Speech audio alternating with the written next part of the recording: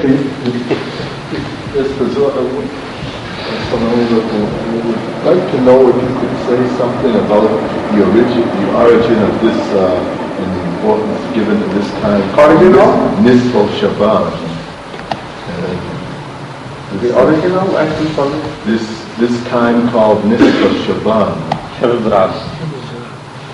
And whether it has any origin in Islam. Nisf Shaban, I see, quite right. So I don't know much about the origin of this, sorry. Because I am not interested in that. Everything which was not practiced during the time of Hazrat Muhammad Mustafa sallallahu alaihi wasallam is irrelevant to the interest of Ahmadis, because they are only interested in knowing what passed as religious rites during the lifetime of Hazrat Muhammad Mustafa sallallahu alaihi wasallam and his Khulafai Rashidin. That is important to us. But after that, in the darker ages, when people kept on inventing new things and new rites and new religious ceremonies, we are just disinterested and we don't believe in them. So why should I waste my time, as there are so many things to attend, to go on finding out when they took place. I was wondering if it had any basis in Islam. This is what I can deny positively. They have no fundamental, no basis whatsoever as derived from the life of Hazrat Muhammad Mustafa sallallahu alaihi wasallam or the lives of the following cadets. Absolutely no foundation. Had there been, then I would have immediately told you.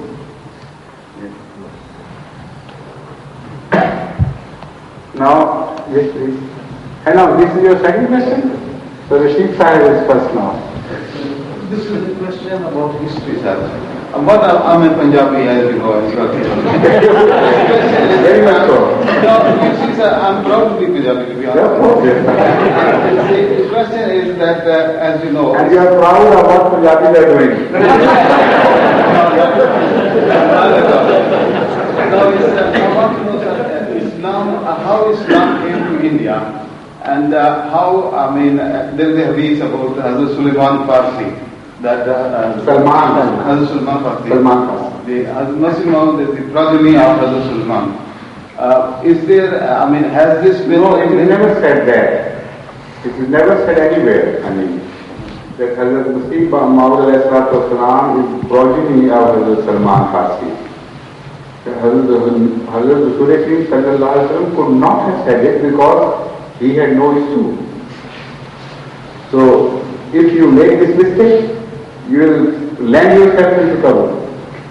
Because some of the mullahs would know that he had no issue, so how could he leave a progeny? The words used by Hazrat Muhammad Mustafa sallallahu alaihi wasallam do not mean that.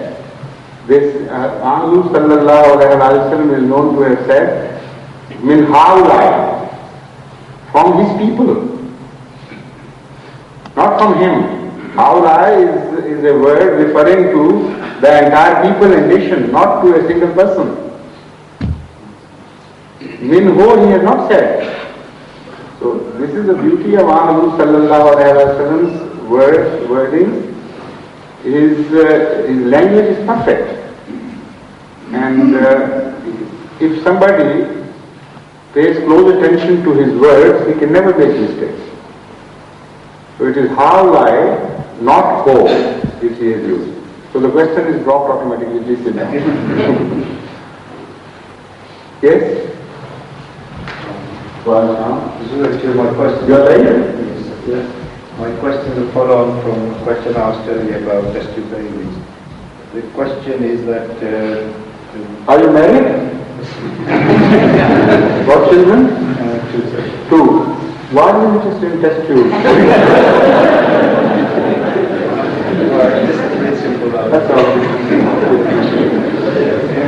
Well, this is slightly further step from that, but the scientists are practicing doing a lot of research on trying to breed a race where they're taking genes from certain scientists. Yes, I know that. This is, in fact, it is called genetic engineering. Nowadays, they are working very seriously in America, and quite a generation of scientists has erupted because it's a new branch of knowledge, and they are paying great attention to this genetic engineering. Now there is a very great danger lying there. There is a nigger in the bush, or whatever we call it. The fact is that despite the Holy Quran having foretold many inventions and future discoveries, it has never thrown any reflection or condemned any discovery except this one. Yubaddiluna khalqallah is the wording used by the Holy Quran, and it says that because Satan would incite them to do it, they would change the creation of Allah. So by that, the early scholars could not understand what the Holy Quran means, because they could not think of any means by which man could change the creation of Allah. So they thought that when you cut the tail of an animal or his ears, that is changing the creation of Allah. While to be strict, the Arabic does not stand for this meaning. It is simply, straightforwardly changing the creation and nothing else. So now this phase has started. And as I told you, no warning is given anywhere in any future development foretold by Allah except in this place. So that means there are going to be great hazards in this branch of science, and already the scientists have started detecting things which are giving them warnings. For example, a research scholar in America took a gene of a bacteria and grafted it to another cell of another bacteria. Now, knowing the details of the characters that gene was bearing and the characters which were already present in the gene of the other bacteria, they could very positively foretell the future generation of the hybrid or the new type of creation. But they were alarmed, greatly alarmed, to find that their prediction had not held true. It was completely a different thing which came into being. And this is why already there is opposition to this science, and there are scientists who oppose this very vehemently. They say, by some mistake, you may create something over which you will have no control, and which will completely go beyond your capacity to check and keep in limited sphere. May break every barrier and destroy life on earth. So this is why new stories are now being written on exactly this topic. That new generations are being created, new types of beings are created, and they are destroying man. But that is fiction. The Holy Quran is not fiction. It is positively giving warning about this possibility which was unconceivable by the man of that time. And also tells that this is going to be dangerous for man. So let's hope for the best. Or कोई दोस्त or any lady, please. Yes. So, you have just wrapped up some questions. Yes, from the lady side first, please. Could you explain why a veil parda is not observed during the Hajj ceremony? But they don't observe. Veil parda, the facial. Yes, I know. But first, could you explain that why did that only you put questions and no other lady does? You are the only lady there with a fertile brain, and and you put very interesting questions. You're most welcome. Now, the question is that the atmosphere of Hajj is different from ordinary atmosphere in life. When there is a panic, when there are accidents, when there are fires and emotions are agitated in a certain direction, parda automatically goes. Nobody can ever think of parda. People go out even without a head cover and sometimes without shoes. So why? Because the whole emotions of man or woman are directed in a certain way, so that one cannot think of passions and personal involvements on the sexual side. It's impossible to conceive of such a situation and people looking at each other with bad intentions. Now, this is exactly the philosophy why there is no parda in Hajj. It is understood that Hajj is the most deepest experience of man, which emotional experience vis-a-vis his relations to Allah. The expression of love is highlighted, as Muslim Maud has explained. Even men don't wear normal clothes. They wear just what you call sheet. They wear a sheet unsewn and untailored, and they don't wear any shoes, and they don't wear any headdresses. Why? Because when you are mad in love, you behave like that. So Hazrat Masih Maud has spoken written on this in detail and tells us that the Hajj is the height of human relationship with Allah, the Miraj, and their love is predominant, not form. So all the expressions given by the actions of the Haji are those denoting love. This is why there is no question of any parda for ladies.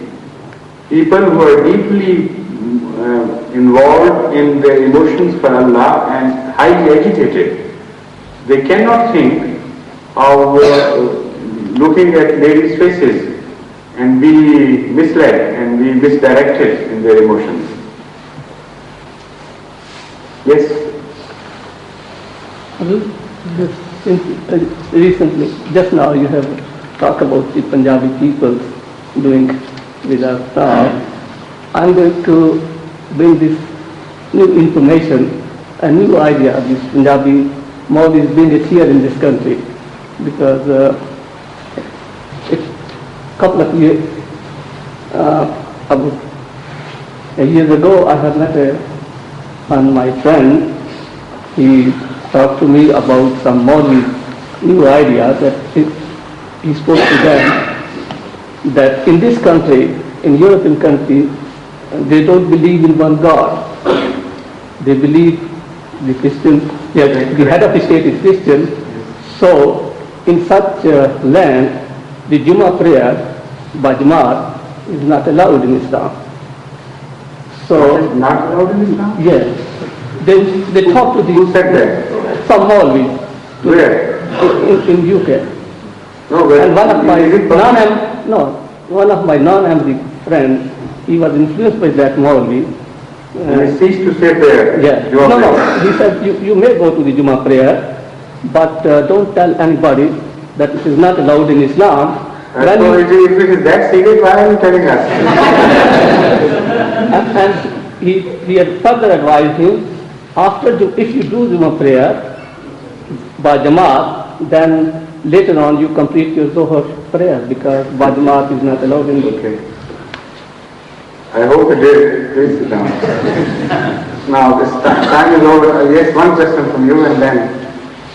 Zul, I would like to ask a question that I understand that the road is not allowed to recited in Sajda, is it allowed to say Durood in our own language in Sajda? Not Durood. I have not heard of Durood being forbidden. Maybe I don't remember exactly. But verses from the Holy Quran are forbidden to be recited in Sajda. That I know positively. There is a tradition forbidding us. But about the Durood I don't remember. Do you remember any tradition? No, it's the Holy Quran. Yes, that we know, but there is something you can find out. Yes, I learned that from My translation is true. Or if not, then you quote where you exactly read that. My second question, if I may ask, is that in the Holy Quran, the Quranic prayers, we can't say those in Sajda, but can we say those in our own language in Sajda? Why must you defeat the spirit? The point is that when Allah sallallahu alayhi wa sallam does not promote you to say a thing, to change form and do the same thing is not the correct spirit.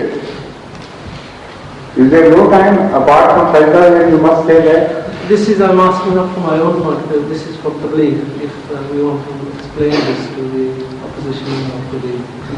No, what I mean to say is it's not necessary. It's always better to be on the safe side.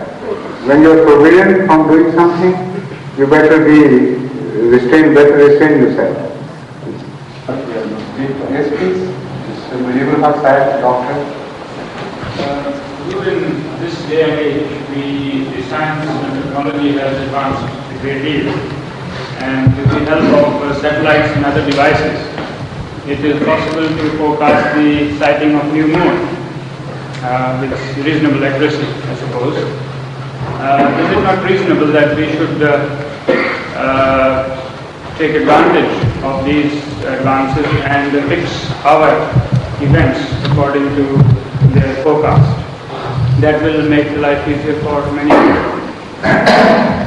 The horizon changes from place to place and from country to country. If you go to the satellite inside the moon, it may give you a wrong date as well. I mean, this is something, this is a geographical problem and should be understood in the light of the geographical phenomena. If you go too far high, you can observe the moon which may have not risen that day at all, but was the moon of tomorrow. That will change the whole date. In fact, while I was here in 1955-56, I, together with the Mahmoud Ahmad Nasir, and also I think Maulud Sahib was also directly involved in that. We investigated the matter and we found out that in fact the horizon is just a technical term and also it is a general term. There are two different meanings to a horizon. When technically they say the moon is above horizon, that only means that if you make a tangent, direct tangent touching the surface of the earth to moon, then mathematically perhaps it's possible to observe moon. But practically it's impossible because the horizon is very thick in dust and other suspending particles. With the result that unless the moon rises above that dense area through which the rays are completely absorbed, it cannot be sighted at all by man. So the minimum period for that is 15 minutes. Unless the moon is above 15 minutes, it can't be sighted. And that 15-minute period is also changeable factor. Sometimes there is dust, sometimes it's a clear day, sometimes it's just after rain, and then the topography of the area between you and the moon also is a decisive factor. In some places it's a flat, straight run to the moon. In other places it's a mountainous area, and so there are so many factors involved that they told us at that time that it was scientifically impossible to exactly tell you whether the moon would be sighted by human eyes or not. If the weather is clear, that permitting. Even then it's not possible for us to say. So the phenomena of sighting is not at all something which has a relationship to the modern scientific developments. In fact, it's a psychological factor added to the religious ceremony. And that factor is employed by Allah. Because when you have a direct sentimental attachment to the sighting of moon, that is a phenomena which creates emotions in you. And those emotions are ultimately harnessed by your religious rites and worship, etc. So there are two different things altogether. Sighting by a few ulama from aeroplane and announcement by radio, it has completely nothing to do with the experience that you might have gained sometime in your life. You are standing, all of you together in a crowd, trying to sight the moon, and suddenly somebody cries, I have sighted it. And he has sighted it, and he has also excited you. And everybody goes into an emotion, a wonderful experience. So that pleasure will be totally lost if you go mechanical about it. And why should the whole people have one day necessarily? It's not meant, it's not necessary. According to your own conditions, you can begin your Ramadan a day earlier or a day later. That is not at all significant in the eyes of Allah. What is significant, according to the system of moon sighting, is this, that you should have a personal relationship with the whole phenomenon and be absorbed in it. And that purpose cannot be served through scientific instruments. So in those countries where the weather is most overcast, like here, where you can't even, it's overcast for months. So it doesn't make any difference.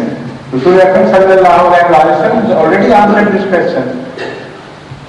He told a questioner that count the 30 days of a month and it can't go beyond. So what harm is done? A day short or a day extra, but within the limits of 30 days. Yes, please, that young boy. What do we use the lunar calendar? What do we use the... Lunar calendar? Yes. Or solar calendar? The lunar calendar. The lunar calendar and solar calendar are two different things, different ways of judging time and passage of days and months, years. The lunar year is longer by 10 days to, so solar year is longer by 10 days to lunar year.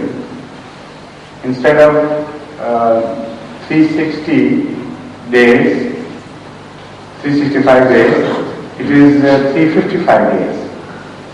So the difference is not only that.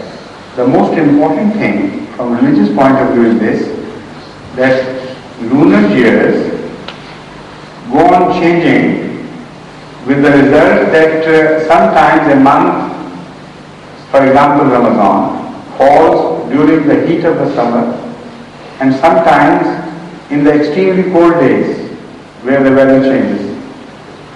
So it goes on rotating, and in various conditions it appears and rotates throughout the world.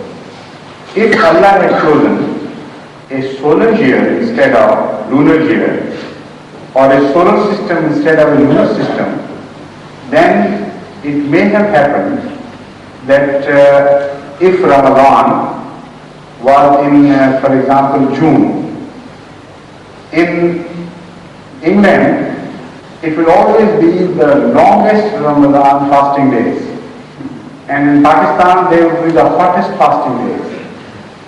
And in Australia, there will be short, very short days and cold days as well.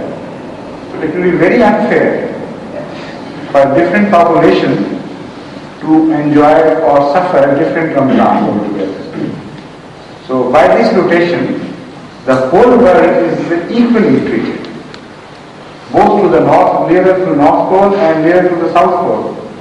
If you have a long day, at least you have the advantage of not having suffered that thirst, which provides much more agony in Pakistan's comparatively short day. But still, you also have an advantage of having a Ramadan in the winter time with very little to suffer. And there in Pakistan, they have also Ramadan in winter days, very easy, very comfortable. So this advantage and disadvantage continues revolving. And in every 34 years, this cycle is completed. So it's not for nothing that Allah chose the lunar days. It had to be that, otherwise it would be a very clumsy system.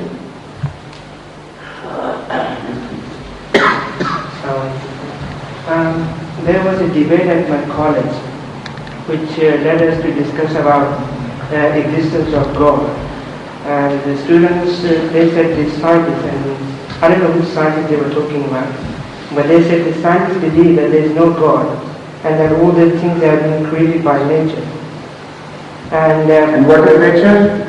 Well, this is we try to explain, but it explains that nature is created by God. That is where the negativism is fact. Yeah.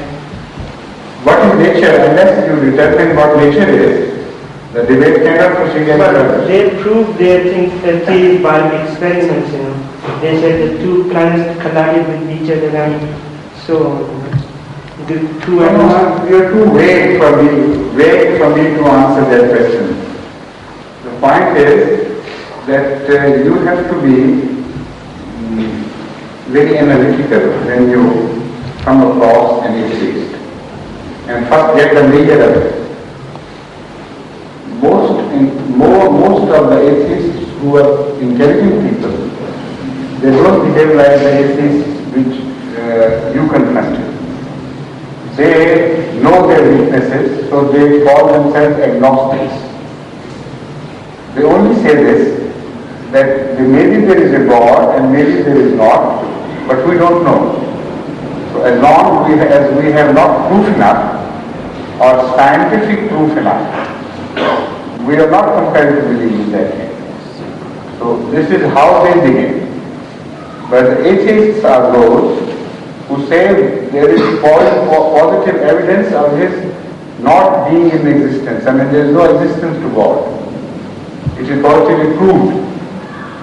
And they have the weaker field, in fact, to operate. So it depends on what sort of an atheist you are facing. The most common argument put forward in favor of the existence of God by the old religious scholars, which still continues to the day, is this, that after all there is a universe.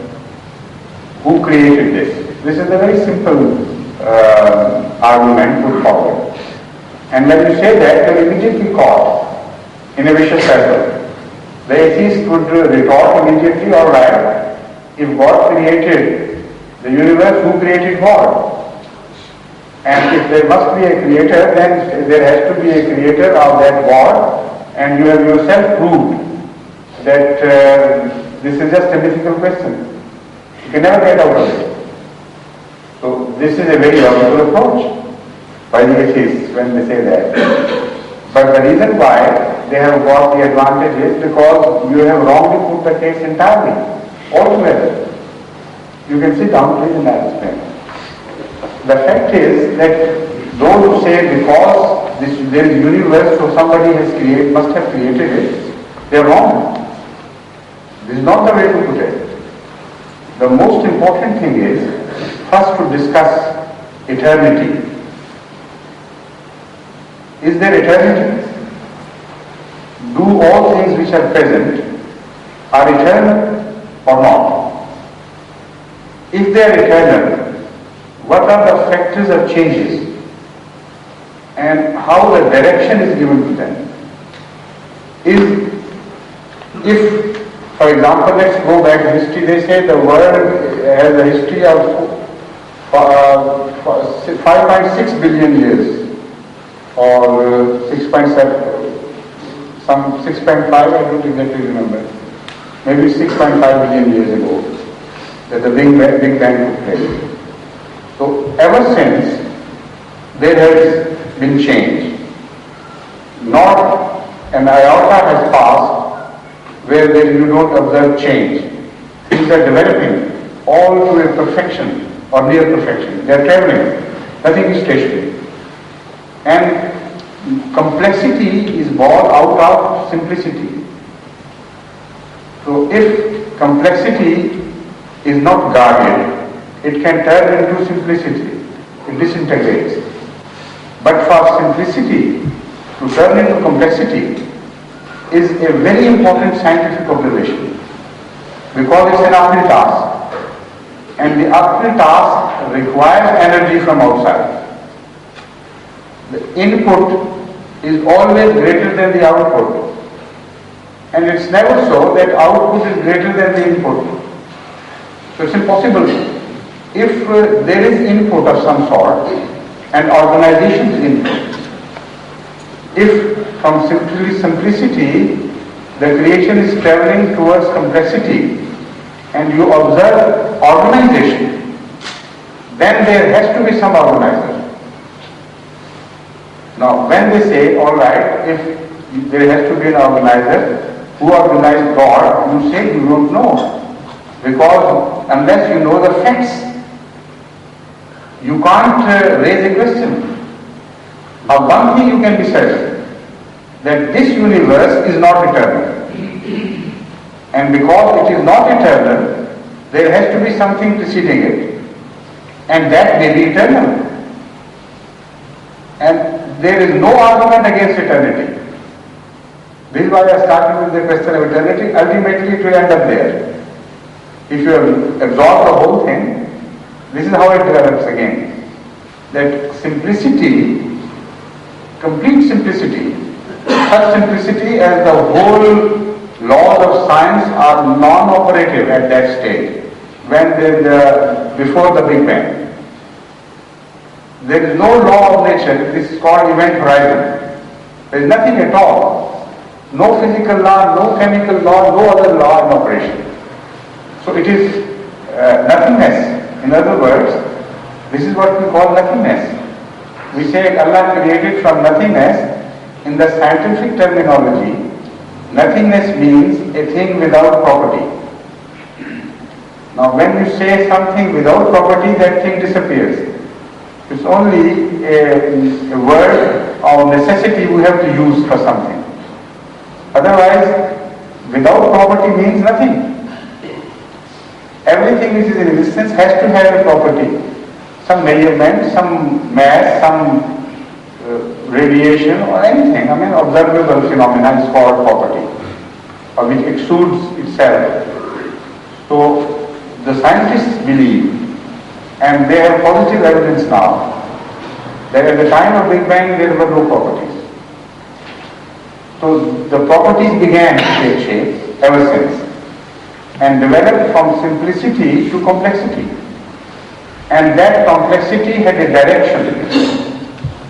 It was not a haphazard affair. It was a direction which it took. And that direction developed into complex scientific laws. And those complex scientific laws agreed with each other. And so much so that when a law was created, and if that law as such operated, there might have been no chance left for life to operate, then an exception was made to that law. In such detail, things were worked out. For example, when things become hot, they expand. And when they become cold, they contract. This is a general law. But in water, if it had acted exactly like that, there would have been no life. So an exception was made there. When the ice is made, it expands. Why? because it was necessary for life. So there was nothing of blindness about it, no element of blindness about it. There is purpose, there is direction, there is government, and complete organization and full control over things. Now, why life could not have existed if this law was operated that when you heat it, things expand, when you heat them, things expand, when you apply cold, they contract. Because the scientists say that when life took root in the oceans, if ice also contracted, what would have happened? That the surface ice would have settled down until the whole sea would have turned into ice. And there was absolutely no question during that climate of any warmth within the sea. Hence, the possibility of life is obviated. So what happened was, there was an exception made. Ice must expand when it becomes cold. Cold water, when water is cold enough, it must expand. So when it expands, it comes to the surface. And also, when it's a law that water turned into ice is a bad conductor of heat, which means once the whole surface of the sea is covered with thick ice, even if the temperatures outside are minus 100 degrees, the temperature below that would remain enough and comfortable for life. That is exactly what happened. So there are thousands and thousands of examples, I can quote on and on, where this phenomena of organization can be explained in a manner as it is impossible for anybody, any scientist, to come out with the always repeated answer of chance. After all, there is some limitation to chance. Chance does not mean that for unlimited numbers of chances it is possible to come and organize one after the other in a procession, an unending procession for that matter. So this is what I mean by organization. When there is organization and simplicity is traveling towards complexity, then there has to be an organizer. And if that organizer is eternal, there is no objection, scientific objection to that. Because anything can be eternal. If he is not eternal, then this universe has to be eternal. So from eternity there is no escape. So if the organizer is eternal, then the circle, vicious circle is immediately broken. We know universe, this is organized, but we don't know the creator, whether he was organized or was like that from eternity. So there is no objection, no scientific objection. This is how you can prove the existence of God to the atheist, at least to the extent that they can't mock at you and can't laugh at you that you're stupid and you're behaving in manner is not cannot survive in the modern age. No, this is wrong. The scientists are now turning into theists at a rapid rate, with the result that previously, 50 years ago, when the census was taken in America, the entire crop of scientists had not only become atheists, that because they were learning, it was the beginning of their learning and they had become proud of it. It was considered a shame to mention religion. They thought religion is just focus and science is science. That's the reality. Now the recent consensus has shown that 50% of the scientists in the world today have become theists. They believe in God, and because the science is reaching a stage where it is becoming more and more difficult for man to consider that the chances took place.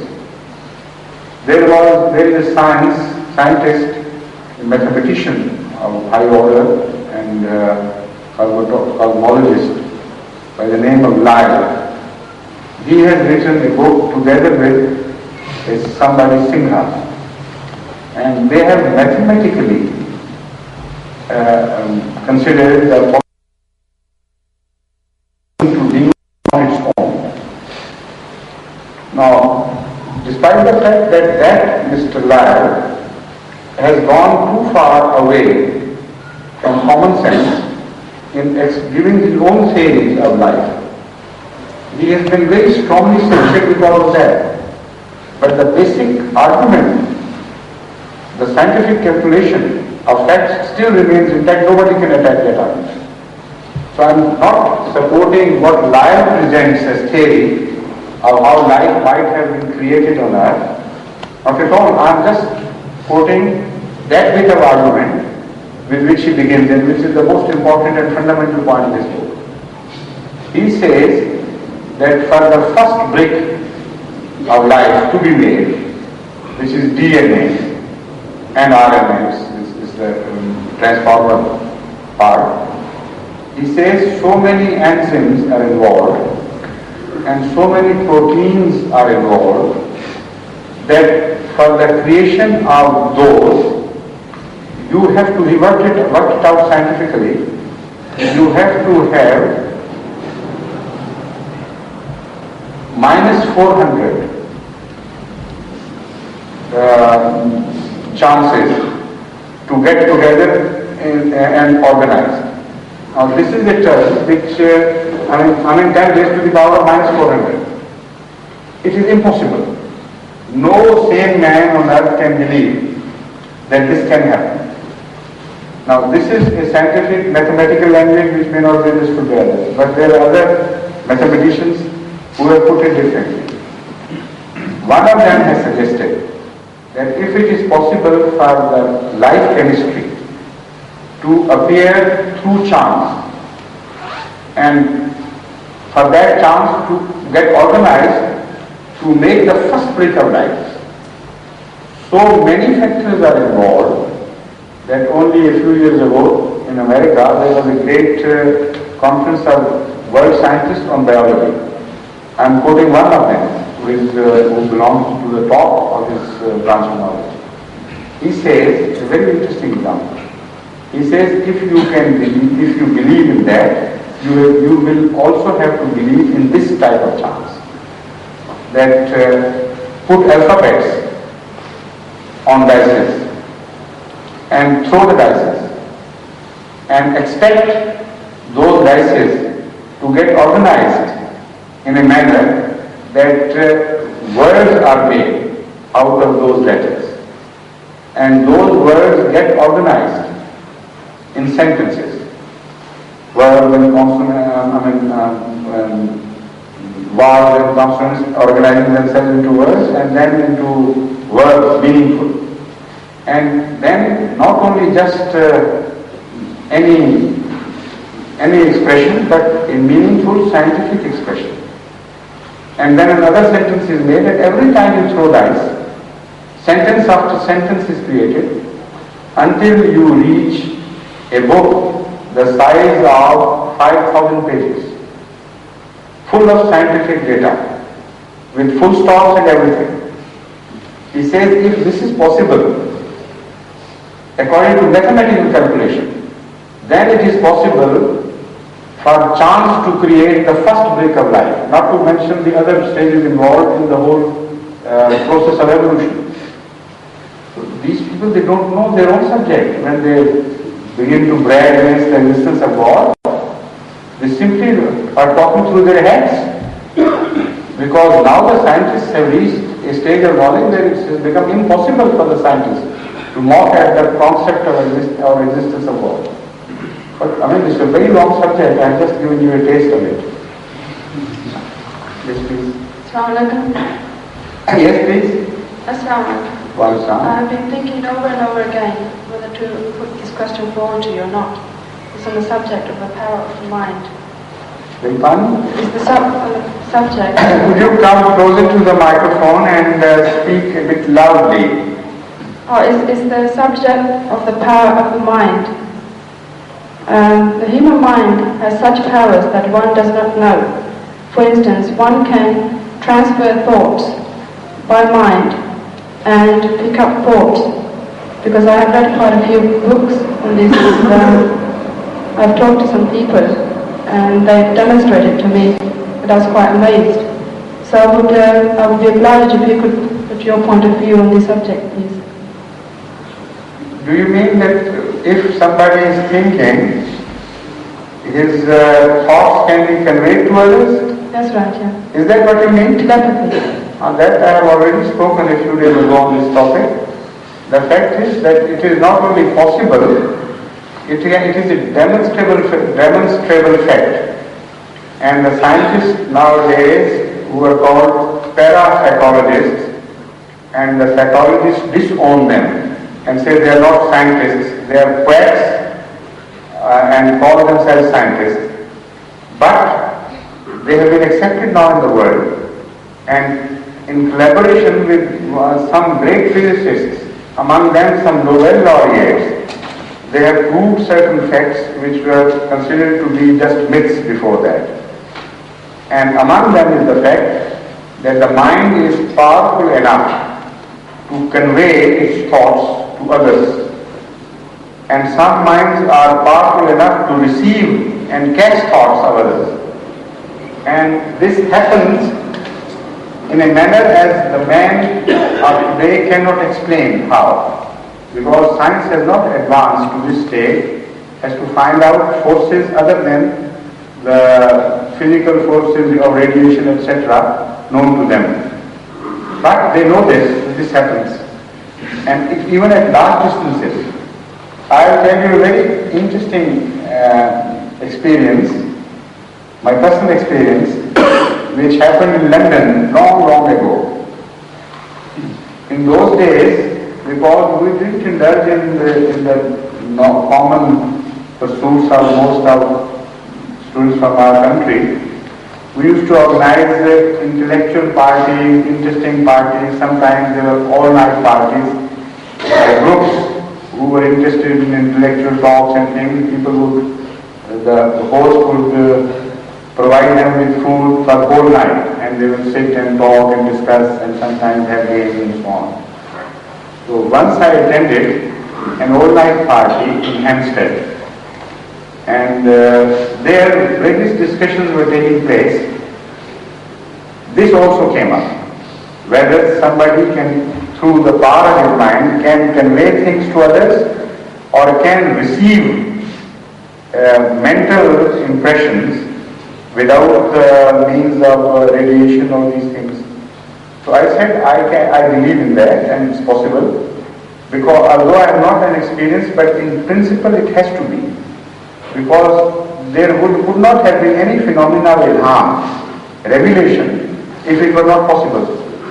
Because if revelation was made through ordinary means of physical radiation and things, then any ordinary instrument could also catch a revelation being made to a prophet or a holy man. And that is a system to which these ordinary people have no access. So there has to be some system which should be extraordinary. So this is why I believe in it. And they said, all right, are you ready for experiments? I said, yes, let's try. But I do not claim I have not had any experience. But all right, let's try. So they said, you go out to a safe distance where you cannot hear us. And we will think of something, all of us, and make a circle. When somebody goes out and calls you, you come and sit in the middle of the circle and imagine or concentrate on what we want to convey to you. So I went out, and after a while somebody came to call me back, and I went and sat in the center. So I emptied my mind of all thought. I didn't make any effort, was just emptied and sat there. And suddenly I thought I should undo the laces of my shoes. So I started undoing the laces of my shoes. I undid both the laces of my shoes and sat there, and suddenly somebody cried, yes, go ahead. I said, what do you mean by go ahead? And the whole process was stopped. They said, we had thought you were wearing your shoes fully laced And we had thought that we will convey to you, undo your laces and take the shoes off. So you did half of it and not the next half. So somebody became impatient and said, all right, go ahead and do it. So that is my personal experience. I know this happens. And my late father, Hazrat Muslim Maud, had that neck, and I also written that in his life history. Many times, so often happened that we were scared of sitting close to him because he would read our thoughts. What we call clairvoyance. If somebody thought of a mistake, he would say, all right, don't do it. Things like that. And I was terrified many times, sitting in his company. But can I start again? But do you think it's against Islam to pick up thoughts of other people, what they're thinking of, and go pick up thoughts? No, from other people. You don't pick up. No, but they come to you. No, but I've tried. I've practiced myself. That's why I could put this question forward to you, please. No, there is nothing wrong with it. No, if you science. If you really concentrate on one person and they're not knowing it, surely you can pick it up. And once or twice. You can pick it up, but you may be wrong. No, but once or twice, maybe 100 times, right? You have to try yourself. And if all the 100 times you are right, okay? And then you have trust in yourself. Then you are peeping into the private affairs of others. Is that against it? Intentionally, to peep into the private life of others, that is wrong. Yes, but where it helps you. So the manner is not, the process is right. There is nothing wrong with the process. But if the question will be decided how you employ it and why you employ it. For example, television is good. In itself, it's neither good nor bad in fact. You can see a very good program, a healthy program, a mind-building, a health-building program, and you can also see a rotten program which will destroy you morally. So how can one say television is bad? It is how it is employed. So if you have a gift from Allah and you employ it to the detriment of mankind, it is bad. If you employ it for the goodness, for example, if you sit in a company which are bad people and you think of good things of life, of Allah, of things which would improve the lot of that society, naturally this is a very good employment for your gift which Allah has given you. So try to do that.